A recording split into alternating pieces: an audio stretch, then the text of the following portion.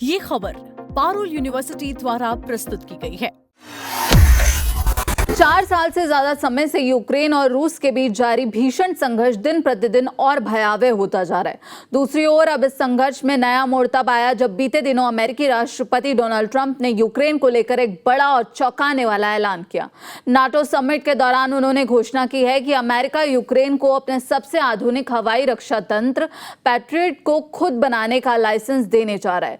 रूस के साथ चल रहे युद्ध के बीच इसे यूक्रेन के लिए गेम चेंजर कदम माना जा रहा है।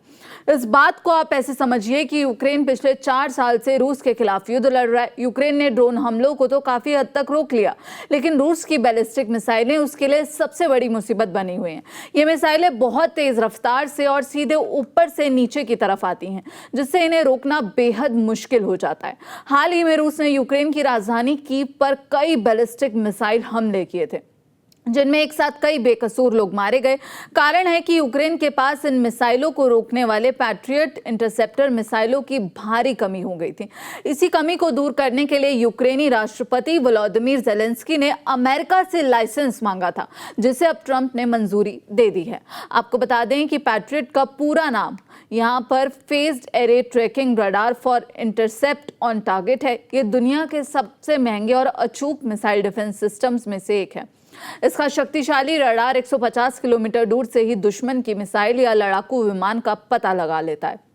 इसके बाद इसका कमांड सेंटर दुश्मन की मिसाइल की रफ्तार और रास्ता तय करता है और हवा में ही उसे तबाह करने के लिए अपनी मिसाइल दाग देता है। इसके मुख्य रूप से 2 वर्जन है, PAC-2 जो दुश्मन की मिसाइल के पास जाकर पड़ता है और नया PAC-3 जो सीधे दुश्मन की मिसाइल से टकराकर उसे नष्ट कर देता है।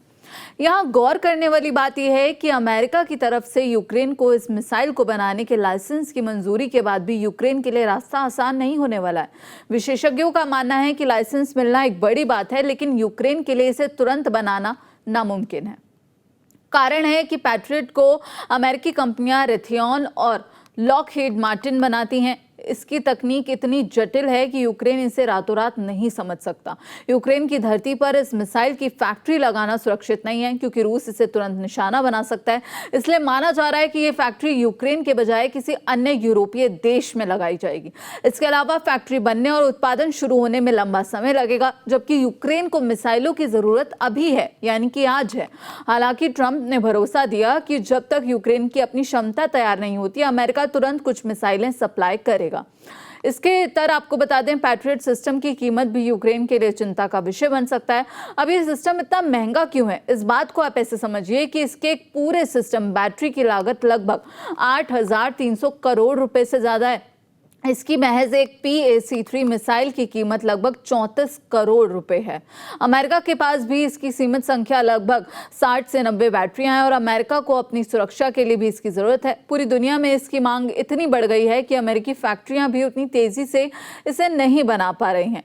लेकिन यहाँ पर अमेरिका ने अब रूस को ये बड़ा झटका देते हुए यूक्रेन को इसका लाइसेंस दिया है। इस पूरी खबर पर आपकी क्या राय है? आप क्या कुछ सोचते हैं? हमें जरूर बताइएगा। बाकी देश और दुनिया की तमाम खबरों के लिए आप देखते रहिए दैनिक जागरण। नमस्कार।